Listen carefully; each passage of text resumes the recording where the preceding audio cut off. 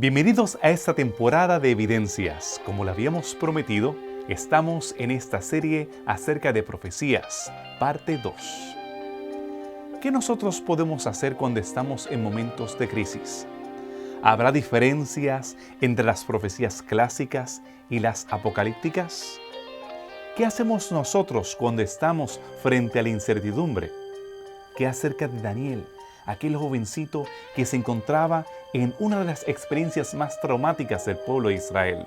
Si quieres escuchar acerca de cómo se reveló Dios en medio de las dificultades, tienes que estar atento a esta temporada de Evidencias.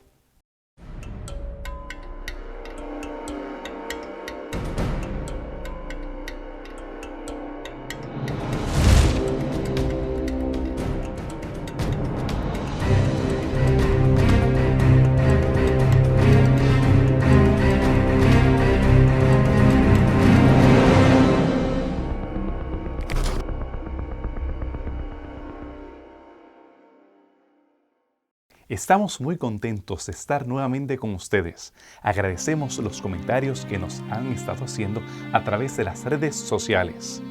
Es ahí donde escuchamos acerca de sus preguntas, acerca de sus comentarios. Y realmente han sido de gran beneficio el poder estar en contacto con ustedes. También el haberles podido ofrecer algunas de las series de estudios bíblicos y haber podido conocer un poco más acerca de sus inquietudes. En esta ocasión, nosotros queremos continuar contestando preguntas acerca de la profecía. Queremos enfocarnos, para comenzar esta temporada, en el libro de Daniel. Durante toda la temporada estaremos estudiando el libro de Daniel y el libro de Apocalipsis. El estudio de estos dos libros es fundamental para el fin del tiempo. Pero, ¿quién era Daniel? ¿Dónde vivía? ¿Cuáles eran sus circunstancias? Realmente pudiésemos pasar muchas temporadas hablando acerca de la biografía de este gran hombre. Nosotros ya hemos hablado un poco más acerca de Babilonia, acerca de las circunstancias cuando él estuvo profetizando en programas anteriores. Sin embargo, ahora queremos enfocarnos en la profecía. En el caso de Daniel, Daniel estaba pasando por una situación crítica.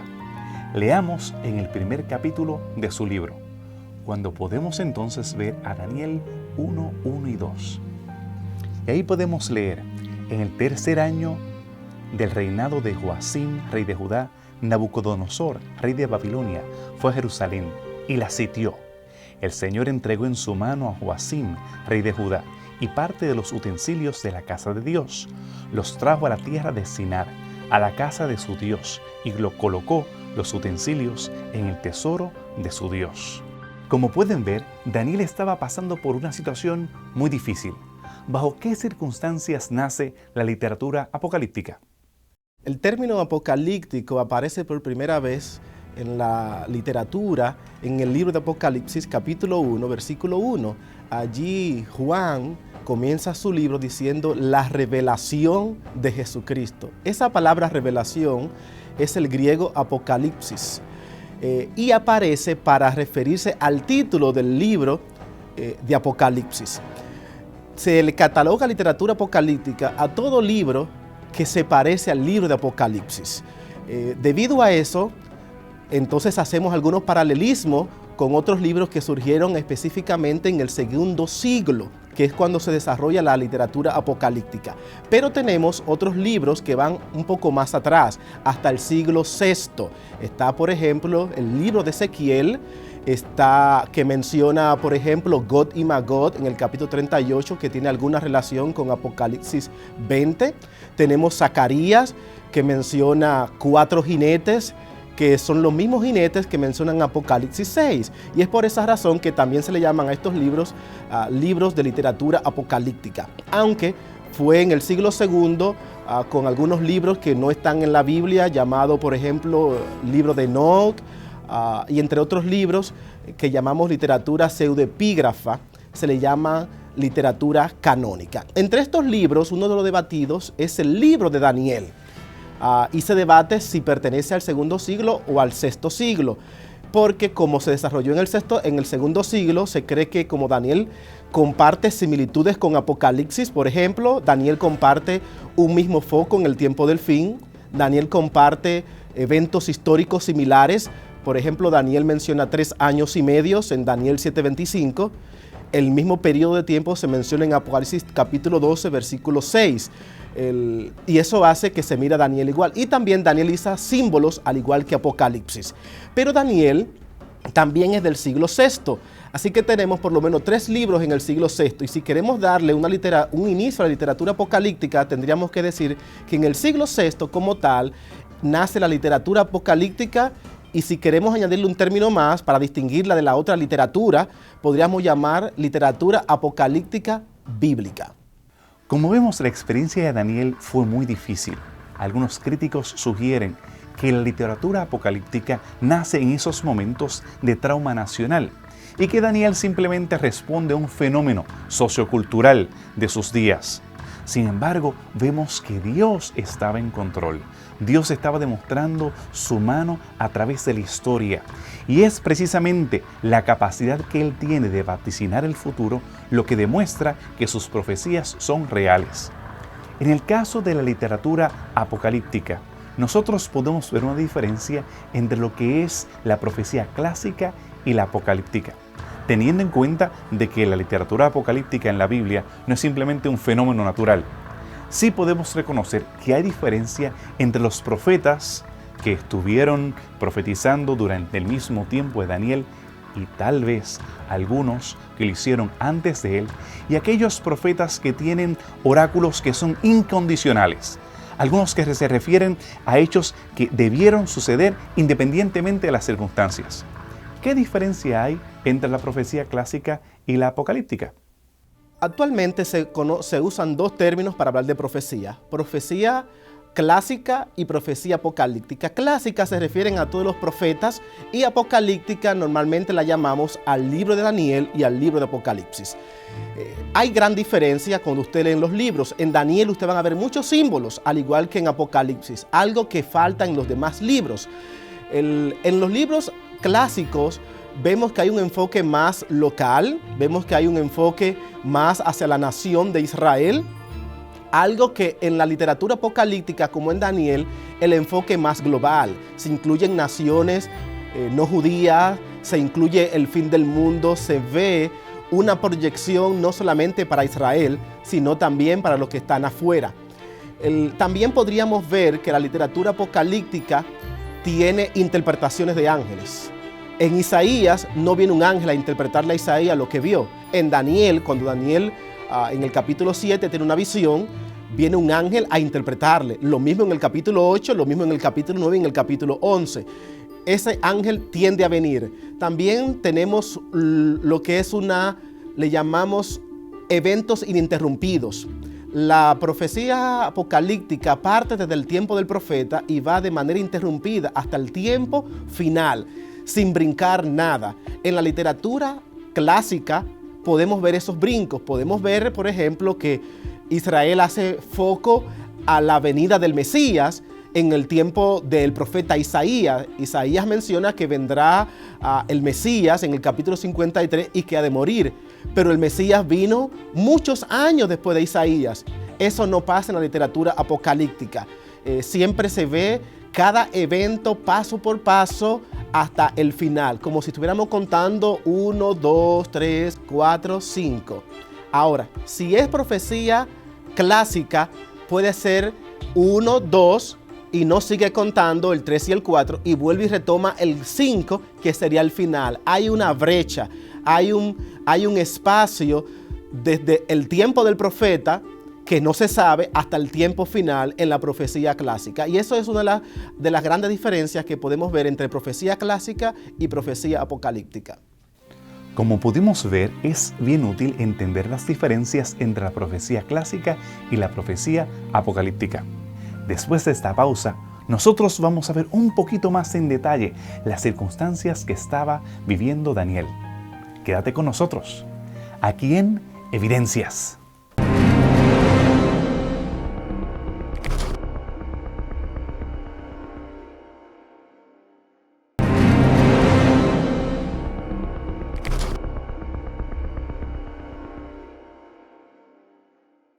Qué bueno que te has quedado con nosotros aquí en esta serie acerca de Interpretando Profecías.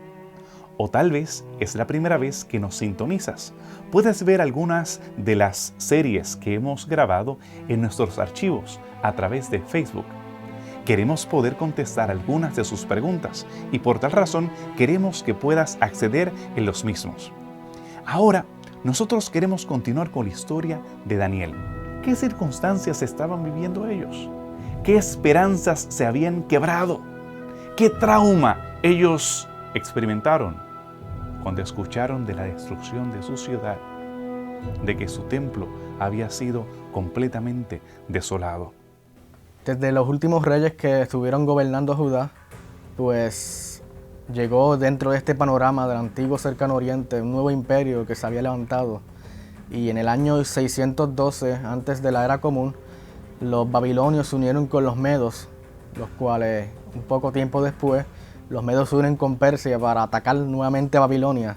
Pero en este caso, pues, los medos se unieron con Babilonia. Y en ese año, en el 612, ellos atacaron a una capital muy importante del imperio asirio, que es Nínive. Y gracias a esa batalla, que fue la batalla principal, ellos lograron prácticamente tomar el control de todo el mundo antiguo de aquella época. Y dentro de ese camino, luego de esa fecha, se encontraba Jerusalén y los judíos. Y Nabucodonosor realizó ciertas campañas militares hacia Palestina, incluyendo la parte donde se encontraba Jerusalén.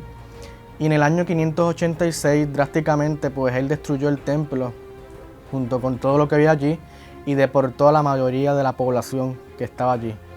Daniel había sido deportado anteriormente en la primera deportación, luego hubo una segunda y luego hubo una tercera.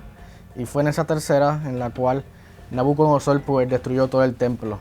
Y ese fue un periodo donde hubo muchos cambios en tradiciones, en costumbres, donde esos primeros pues judíos que fueron deportados y exiliados a un nuevo ámbito completamente distinto a lo que ellos estaban acostumbrados, tuvieron que enfrentarse a todo esto, incluyendo nuevas tradiciones, costumbres que para ellos algunas de esas costumbres eran adversas a la ley que ellos mismos observaban.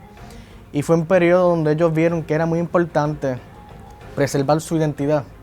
Así que muchas personas están de acuerdo que este fue un periodo donde ellos pues se dedicaron a escribir mucho, a preservar sus costumbres judías. Y algunas de estas costumbres que luego fueron bien características del judaísmo del tiempo de Jesús, pues se originaron en el periodo del exilio. Daniel se encontraba en la corte de los neobabilonios. Ahí estaba recibiendo una educación privilegiada. Él era parte de la élite, era parte de los aristócratas y probablemente descendiente del linaje de David. Él se encontraba entre aquellos que habían sido escogidos para ser educados de una forma diferente. Su nombre había sido cambiado, al igual que el de sus amigos. ¿Bajo qué circunstancias debían estar ellos en ese momento en la corte de los mesopotamios?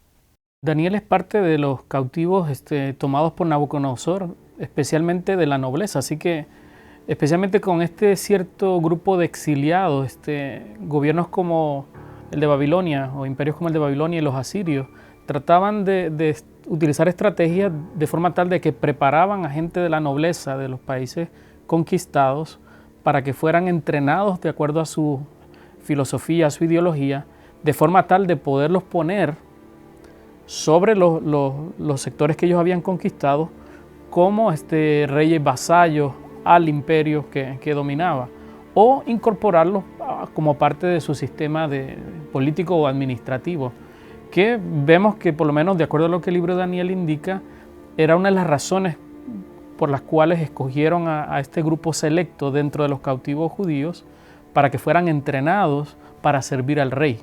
Ahora, de alguna manera, esto para otra cultura, esta experiencia pues simplemente sería una nueva oportunidad, o sea, tener la oportunidad de estar en la estructura de poder, pues realmente era algo ventajoso.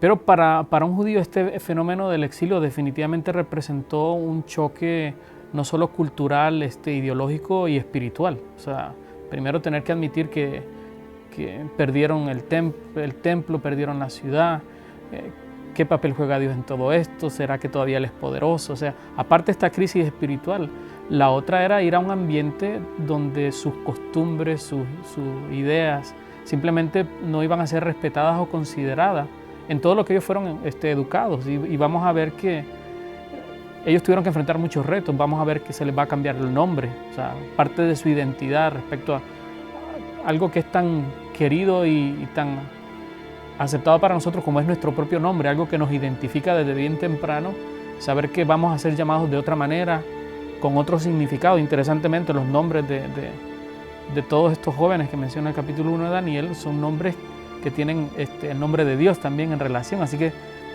algo que te asociaba con tu Dios ahora te lo van a quitar y te van a asociar con divinidades paganas, y va a ser algo que te lo van a decir todos los días.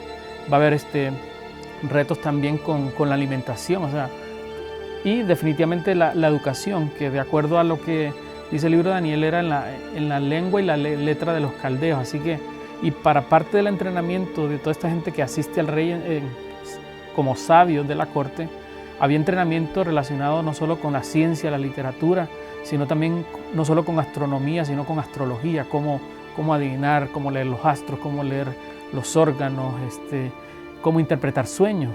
Era parte de la formación de personas cultas de aquellos días, especialmente personas que asistían al rey, brindando información, no solo en capacidades administrativas como pensaríamos hoy día, sino en una faceta más holística, que cubre aspectos de religión, de literatura y de una cultura completamente opuesta, pagana, politeísta, muy diferente a la cultura hebrea, que es monoteísta, con reglas bien claras y establecidas sobre casi muchos aspectos de la vida, como la alimentación, el vestir, tantas otras cosas. Iba a ser definitivamente un reto profundo y significativo.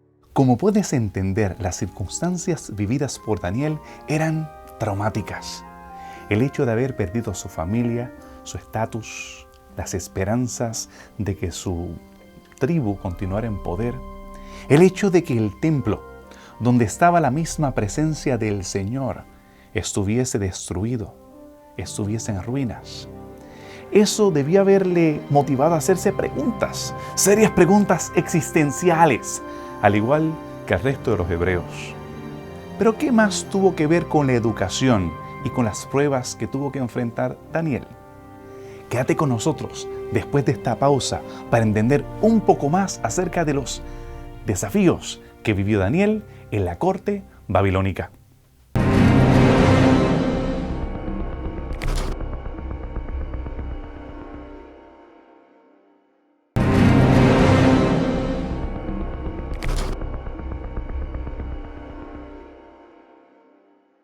Regresamos de la pausa para esta última media hora del programa de Evidencias, en esta serie que estamos enfocándonos en Profecías parte 2. Y hemos estado estudiando acerca de Daniel. ¿Qué acerca de su participación con la mesa del rey? Vamos a leer en el capítulo 1, versículo 5. Mientras nosotros podemos ver, el rey les asignó para cada día una ración de los manjares del rey y del vino que él bebía. Ordenó que se les educase durante 3 años, para el fin de que ellos se presentaran al servicio del rey. ¿Pero qué implicaba este entrenamiento o el hecho de que ellos participaran de la mesa del rey? ¿Se trataba de simplemente la dieta? ¿Será que Daniel era vegetariano? ¿Se tratan de otras costumbres que estaban incluidas o el hecho de que estaban siendo sacrificados a los ídolos esos manjares? Leamos más. Aquí en el versículo 8 vemos, pero Daniel se propuso en su corazón no contaminarse con la ración de la comida del rey, ni con el vino que éste bebía. Pidió por lo tanto al jefe de los funcionarios que no fuera obligado a contaminarse. ¿Qué implicaba él no contaminarse con lo que estaba en la mesa del rey? Uno de los episodios quizás dentro de esa historia inicial en Daniel capítulo 1 más cruciales es el rechazo que Daniel tiene hacia las comidas que forman parte del banquete o de la comida real del rey, de lo que es la casa real del rey, y que son ofrecidas a Daniel justamente por estarse preparando como uno de los eunucos para entrenarse en lo que es el resolver los misterios de Babilonia. Daniel estaba siendo preparado para ser parte de la corte real y sobre todo para ser parte de los sabios o los que discernían los misterios dentro de la cultura de Babilonia. Ahora, Nabucodonosor, como su nombre lo dice, es un nombre teofórico y lleva el nombre del dios o del patrón principal al cual él adoraba, el dios babilonio llamado Nabú. Nabú era justamente el patrón de los escribas, de los sabios, el dios de la sabiduría que podía desglosar los misterios. Y en Babilonia había un énfasis inmenso en justamente descifrar aquello que nadie más podía descifrar. La interpretación de sueños, la lectura de las estrellas, el estepa, se queda la lectura del hígado, la lectura de omens y de cosas que eran totalmente misteriosas para el común, pero que aquellos que eran educados en estos misterios podían discernir con claridad, o por lo menos así pretendían. Y una de las cosas que se hacía en Babilonia era justamente el poder traspasar el poder del Dios hacia el adorador. Y una de las formas que se hacía esto justamente a través de la comida.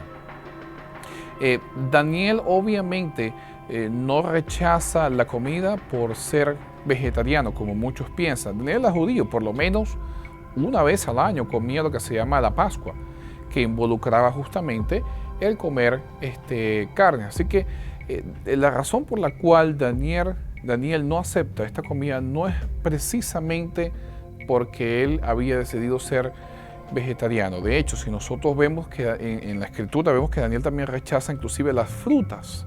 No solo nada más se limita a agua y cierto tipo de vegetales o legumbres. Y rechaza frutas, carnes y vino. ¿Por qué razón? Porque justamente este tipo de comidas, antes de entrar al banquete real del rey, antes de estar en la mesa de Nabucodonosor, eran primero pasadas justamente por la bendición del Dios. Para eran traídas hacia el Dios participaba de estas comidas, recibía la bendición y dentro de la comida se creía que el poder de Dios o la facultad de poder descifrar los misterios pasaba a través de la comida, nuevamente a través de ella iba al orador, en este caso el rey, y también los eunucos y aquellos que se dedicaban a descifrar los misterios de Babilonia. Por lo tanto, era una comida cúltica. Constituía no solo un acto de adoración, sino también constituía un acto en el cual la persona que consumía la comida recibía justamente el poder o la facultad del Dios para poder descifrar los misterios. Obviamente Daniel no quería tener nada que ver con la oración a Nabú y quería dejar en claro que cualquier cosa que hiciera Dios, cualquier misterio que se revelara, no era el Dios de Babilonia quien lo revelaba, sino el Dios de Daniel, el Dios de Israel. Por lo tanto, Daniel rechaza justamente el consumir la comida cúltica ofrecida en el banquete del rey y luego nuevamente ofrecida a Daniel como súbdito del rey. Esa no fue la única prueba que ellos tuvieron que enfrentarse. Los jóvenes hebreos también se enfrentaron a una prueba de la adoración. En este caso, sus tres amigos eran los que estaban frente a aquella escena donde estaba la gran estatua. Podemos imaginarnos a esos jóvenes allí mientras ellos contemplaban esa enorme estatua, completamente de oro. Todos se encontraban postrados delante de ella y ellos se mantenían firmes. ¿Qué desafío enfrentaron ellos en aquella ocasión? ¿Qué hacemos cuando la adoración nos pone entre obedecer a Dios u obedecer a los hombres? Una de las cosas importantes que nosotros tenemos que entender del contexto político de Babilonia y sobre todo después de los primeros 2 capítulos de Daniel, donde en el primero Nabucodonosor se da cuenta de que los jóvenes hebreos son mucho más sabios que sus propios sabios que habían consumido la comida del rey. Después del capítulo 2 de Daniel, donde es Daniel quien le revela el sueño a Nabucodonosor, mientras el resto de los sabios no pueden hacerlo. Y justamente el texto, la revelación del sueño, el contexto del sueño es justamente una estatua.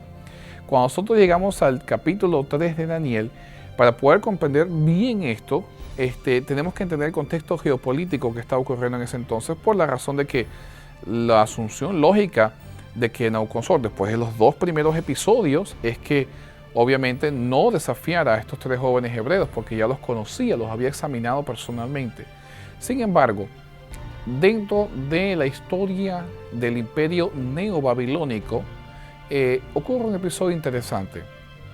Hay una especie de lo que hoy en día quizás llamaríamos como golpe de Estado, pero en aquel entonces en realidad era un atentado para poder deshacerse de la monarquía establecida por Nabopolassar, y ahora sucedía por Nabucodonosor, y poder instalar una nueva monarquía. Hay una especie de rebelión dentro de Babilonia, y la vida de Nabucodonosor corre peligro. Eso lo tenemos por registros de tabletas acadianas y registros históricos de Babilonia. Y es justamente en este contexto donde aparentemente se da la historia de estos 3 jóvenes. Por lo tanto, Nabucodonosor levanta una estatua. Lo más seguro es que era una estatua del dios principal de Babilonia llamado Marduk. Y esta estatua no solo representaba la adoración al dios en sí, sino también era una especie de prueba de lealtad hacia Nabucodonosor. Si ustedes ven, no es toda Babilonia que es llamada a arrodillarse delante de la estatua, sino los líderes de Babilonia. Y eso incluía, por supuesto, todos los estados sátrapas o los estados, digamos, colonias que pertenecían a Babilonia. Dentro de ellas, por supuesto, la colonia de Palestina, donde estaría representante justamente de los judíos, que obviamente por el contexto de la historia vemos que sí se arrodilló. Y delante de ello también estarían los demás jóvenes judíos que fueron junto con Daniel y sus 3 amigos, que también se inclinarían delante de esta estatua. Pero lo que estaba en juego era un concepto de lealtad. En otras palabras, Nabucodonosor estaba diciendo, si ustedes son leales a mí, obviamente por designación o por consecuencia leales al dios de Babilonia, a la verdadera Babilonia, entonces se han de inclinar delante de esta estatua. Por lo tanto, los jóvenes hebreos no solo estaban desafiando la religión de Babilonia, sino también estaban poniendo a prueba su lealtad a Nabucodonosor. Obviamente estos 3 jóvenes no se habían puesto de acuerdo para poder asesinar a Nabucodonosor, ni estaban interesados en implantar un nuevo orden político en Babilonia, sino que sencillamente para ellos lo que estaba en juego era su lealtad a su Dios, a Yahweh, el Dios de Israel.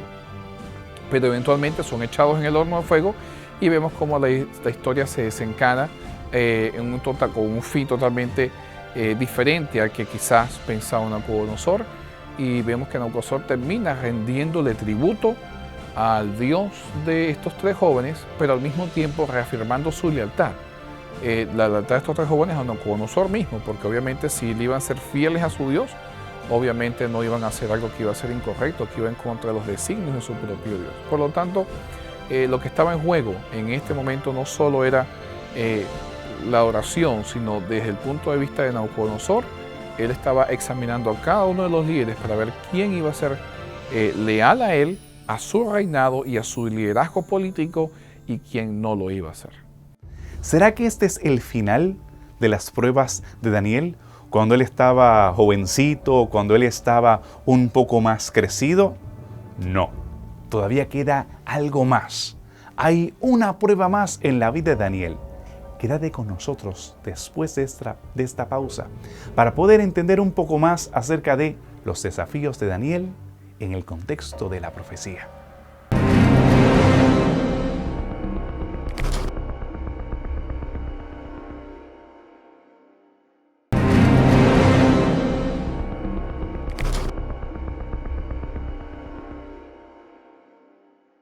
Daniel estaba angustiado por conocer la profecía, por entenderla, porque era más que simplemente curiosidad. Podemos leer en el capítulo 9 acerca de la forma en que él estaba angustiado tratando de descifrar la profecía de Jeremías. Y más adelante, cuando él ya estaba anciano, ya no es el jovencito vigoroso que esperaba que en sus días él pudiese regresar a su ciudad amada. Ahora él cansado por los años, todavía tiene viva esa expectativa. Y en medio de ese momento crítico, ahora en el ocaso de su vida, él tiene una última prueba. Vemos el versículo 7. Todos los ministros del reino, los intendentes y los sátrapas, los altos oficiales y los gobernadores han acordado por consejo que el rey promulgue un decreto y que ponga en vigencia el edicto de que cualquiera que haga una petición a cualquier dios u hombre fuera de ti, durante 30 días, oh rey, sea echado en el foso de los leones. Para Daniel, la revelación de Dios era más que teoría. Ahora su propia vida se encontraba en peligro. ¿Será que él ya está desanimado por todos los años que han pasado, por todas las circunstancias que él ha sufrido? ¿O será él fiel al Señor? ¿Quiénes estaban en control? ¿Qué profecías él ya había visto cumplir a través de su vida? ¿Cómo actuaría Daniel bajo estas circunstancias? Otro de los eventos importantes dentro del libro de Daniel es el que nosotros conocemos quizás como Daniel en el foso de los leones, que se encuentra en Daniel capítulo 6. En este episodio, en esta historia, vemos cómo ha habido una transición de gobierno. El imperio Babilonia ha caído durante el reinado de Nabonidos, teniendo a Belsasar como dirigente de la ciudad de Babilonia, y entra un nuevo imperio a gobernar, el imperio medo-persa, una alianza entre los medos y los persas. Ahora, es importante nosotros recordar que Daniel llegó a ocupar el cargo de viceministro en el imperio babilonio, o sea, prácticamente el segundo, el tercero después del rey. Por lo tanto, era conocido por varios, era conocido de Nabucodonosor, conocido de Belsasar, por supuesto, nieto de Nabucodonosor, y su religión, su fe, era conocida por los episodios que habían vivido y que relatan el libro, que nos relatan el libro de Daniel. Así que aquellos que trabajaban cercanos con él dentro de la ciudad de Babilonia conocían quién era Daniel y conocían de su fe y conocían sus costumbres.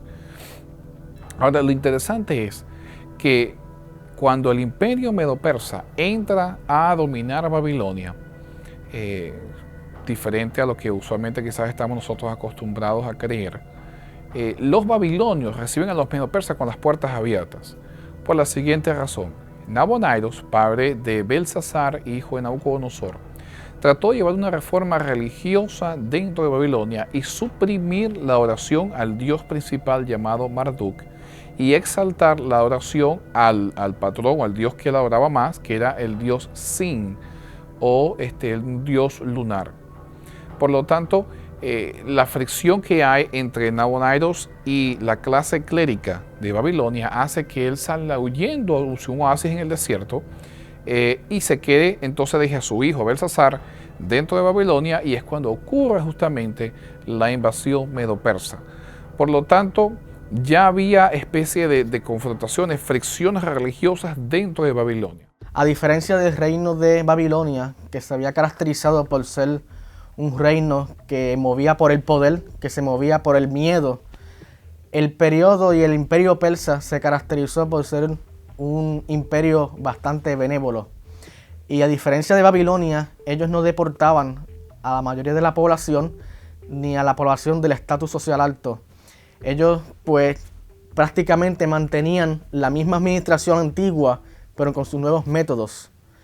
Y también entre estos cambios pues ellos trataban de dar una imagen de que Persia era un libertador en vez de un rey que gobernaba por miedo.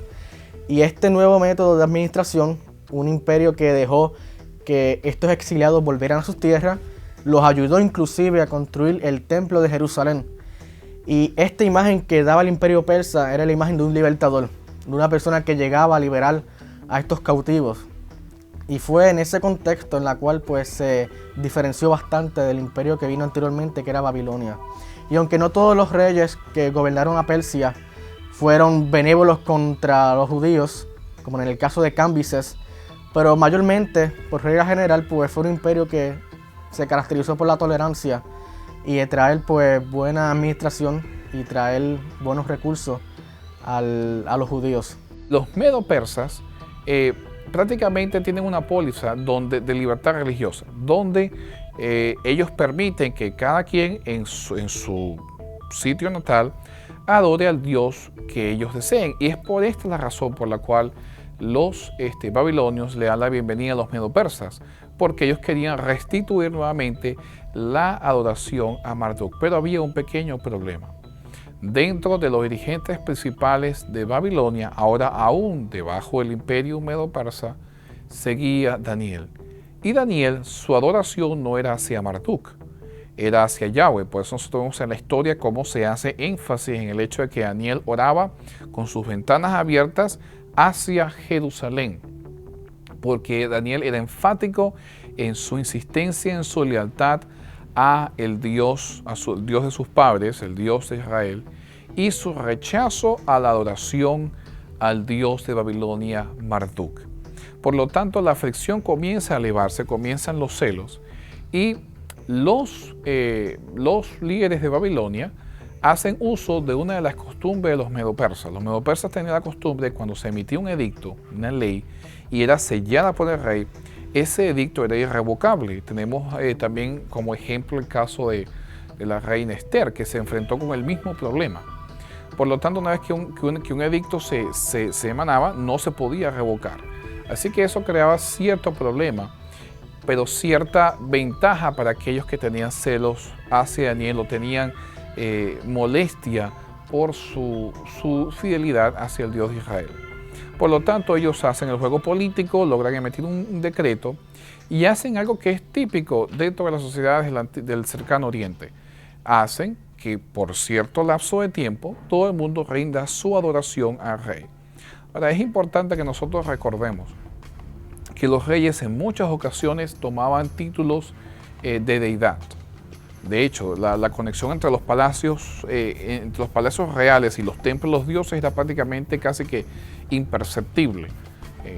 Muchas veces el rey tenía acceso directo hacia el templo del dios, y muchas veces en diferentes ceremonias el mismo rey tomaba forma física del dios. Quizás un ejemplo clásico es la ceremonia del sagrado matrimonio, donde el rey y la sacerdotisa subían a lo que llaman un zigurat, una torre, y en la parte de arriba justamente tenían intimidad representando al rey, al dios hombre, y la sacerdotisa a la diosa femenina, su consorte. Por lo tanto, era tipo que los reyes tomaran atribuciones y roles que eran particularmente característicos de algún tipo de dios o alguna deidad en particular.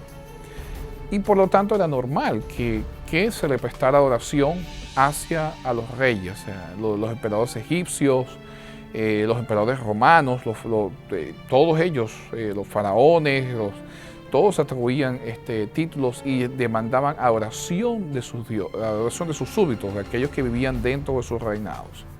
Por lo tanto, este es el caso en el libro de Daniel. Pero Daniel no solo rechaza la adoración a Marduk, sino que también rechaza la adoración a el rey de Medo-Persa por su lealtad al rey de Israel. Y para colmo es echado entonces como castigo en un foso de leones.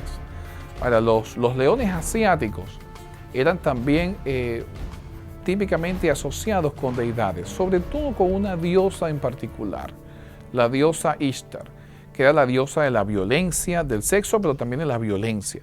Y es representada en muchas ocasiones como una leona. De hecho, en muchas representaciones gráficas es puesta encima de un león, llevando un león. Los famosos paneles de Ashurbanipal, en la inscripción de donde se hace la escena de la consagración, las libaciones encima de los leones, se menciona justamente el nombre de Ishtar. Y el arco apunta hacia los leones como símbolo de reconocimiento de que esos leones representaban una deidad. Por lo tanto, Daniel no solo se estaba enfrentando a Marduk, el dios de Babilonia, no solo se estaba enfrentando al rey de Medo-Persia como símbolo de Medo-Persia, sino que encima de eso, cuando es echado en el foso de los leones, se está enfrentando también en contra del símbolo de la diosa Ishtar, que venía desde los asirios, sumerianos, hasta Babilonia, y llega, inclusive su oración llega hasta Egipto. en ocasiones es adoptada como parte del panteón egipcio de dioses o deidades. Por lo tanto, el Daniel salir victorioso de este foso de leones es prácticamente mostrando la superioridad del dios de Daniel sobre todos estos dioses que estaban siendo usados para desafiar justamente la lealtad de Daniel. Así que dentro del contexto de esta historia vemos cómo el contexto religioso también juega un papel muy importante para nosotros poder entender lo que estaba enfrentando Daniel. En el libro de Daniel, las narrativas no simplemente se presentan allí como algunos espacios para ser rellenados entre lo interesante, lo que es la profecía. Al contrario, las narrativas son lo que llevan la cadencia del libro. Es a través de estos relatos biográficos que el lector puede entender lo relevante que es la historia. Es a través de esas notas biográficas, datos que nos presentan fe y fidelidad, de parte del Dios soberano de la historia y de parte de aquellos que son sus hijos fieles, que Daniel puede entender el propósito divino por el cual él está viviendo. ¿Cómo es que estas experiencias biográficas enmarcan la profecía de Daniel? Es interesante tener presente que especialmente la parte de las narrativas, estas historias de Daniel, especialmente los primeros 6 capítulos, son sumamente importantes para poder apreciar el valor de las profecías. En primer lugar, porque establecen nociones que uno debe tener presente cuando lee eventos que son narrados en la parte profética y te recuerdan, a través de los hechos que ocurren en la experiencia de estos jóvenes, de Daniel y sus amigos, ciertos principios de fe, principios espirituales que deben ser atesorados para no desesperarse ante los anuncios que la profecía va a tener. Entonces, interesantemente, yo pienso que desde el principio te da la noción en las narrativas de que Dios está en control de la historia, que la fidelidad, aunque va a sufrir ataque o prueba y que es necesario resistir a estas fuerzas que son antagonistas, de alguna manera la fidelidad Dios la va a premiar y va a triunfar finalmente. Así que todas estas historias nos repiten interesantemente, constantemente este aspecto, que cuando lleguemos a la parte de las profecías y veamos retos que el pueblo de Dios va a tener en el futuro, tanto el pueblo judío como el desarrollo del pueblo de Dios en los eventos finales, eventos de esta historia, vividos en la experiencia de estos jóvenes, nos van a recordar que a pesar de las circunstancias es necesario mantenernos fieles, no ceder a las presiones políticas, sociales, religiosas que existen, por muy fuertes que sean, porque de alguna manera Dios va a intervenir y Dios va a tomar control sobre esto. Cuando uno compara la historia con la profecía, va a notar la relevancia que tiene la profecía para Daniel. Por ejemplo, en el capítulo 3, Daniel, versículo 25, describe que cuando viene alguien sobrenatural a estar con los 3 jóvenes hebreos, se describe como un hijo de Dios. Pero en el capítulo 7, versículo 14, a ese mismo personaje celestial se le describe hijo de hombre. Cuando está en el cielo, a ese ser celestial se le llama hijo de hombre, se identifican con el ser humano. Cuando está en la tierra, quiere mostrarnos su poder, hijo de los dioses. De igual manera, uno de los detalles interesantes en el capítulo 10, Daniel está sufriendo, llorando, no sabe, quiere su liberación. Y cuando ora por 3 semanas ayunando, viene un ángel, el ángel Gabriel, y le describe: mira, Daniel, yo he querido ayudarte, pero el príncipe de Persia me ha ganado. Pero pedí ayuda al príncipe Miguel y él me ayudó. Para Daniel, ese término o ese nombre, príncipe Miguel, le quedó grabado. Miguel es el que me ayuda. Y ahora Daniel tiene una visión profética en el capítulo 11 que termina presentando la liberación del pueblo de Dios en el capítulo 12, versículo 1. Dice: y se levantará Miguel. A Daniel, me imagino que le recordó que ese mismo Miguel lo había liberado.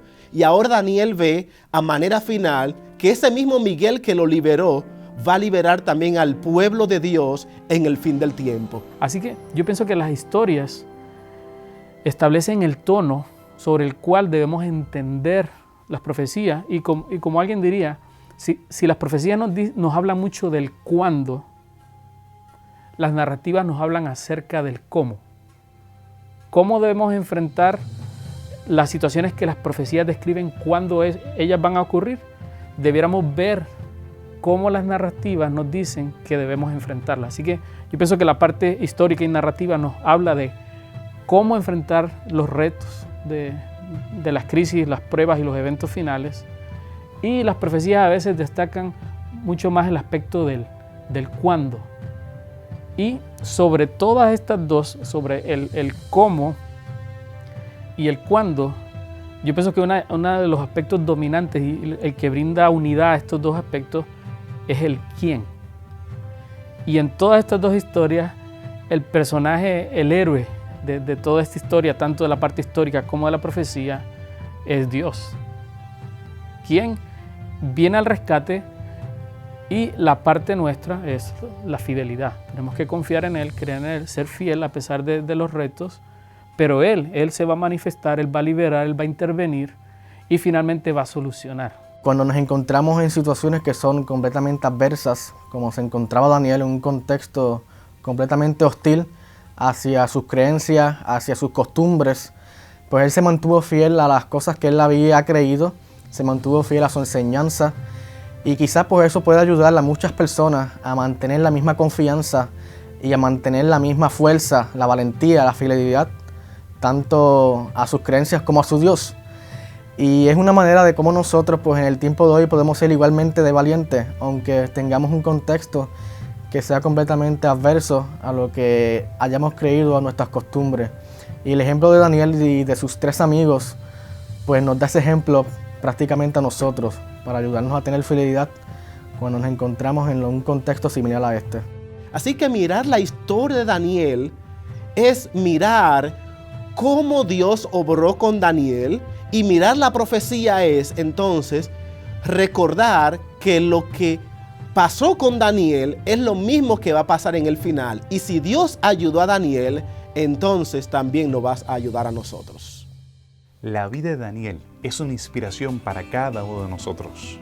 Su ejemplo de fe y fidelidad nos demuestra que tanto como el Dios del universo le fue fiel al pueblo hebreo, nosotros, de la misma manera, debemos serle fieles a Él.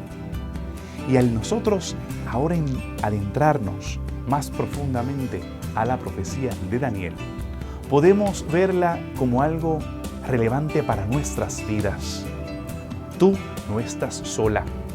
Las circunstancias que te rodean, que parecen ahogarte, las circunstancias del matrimonio, la enfermedad, el dolor o la situación económica, no va a determinar tu futuro, porque Dios está en control. El soberano del universo está sobre todas las naciones, sobre todas las circunstancias. Su profecía revela el carácter de amor y el plan que tiene para tu vida.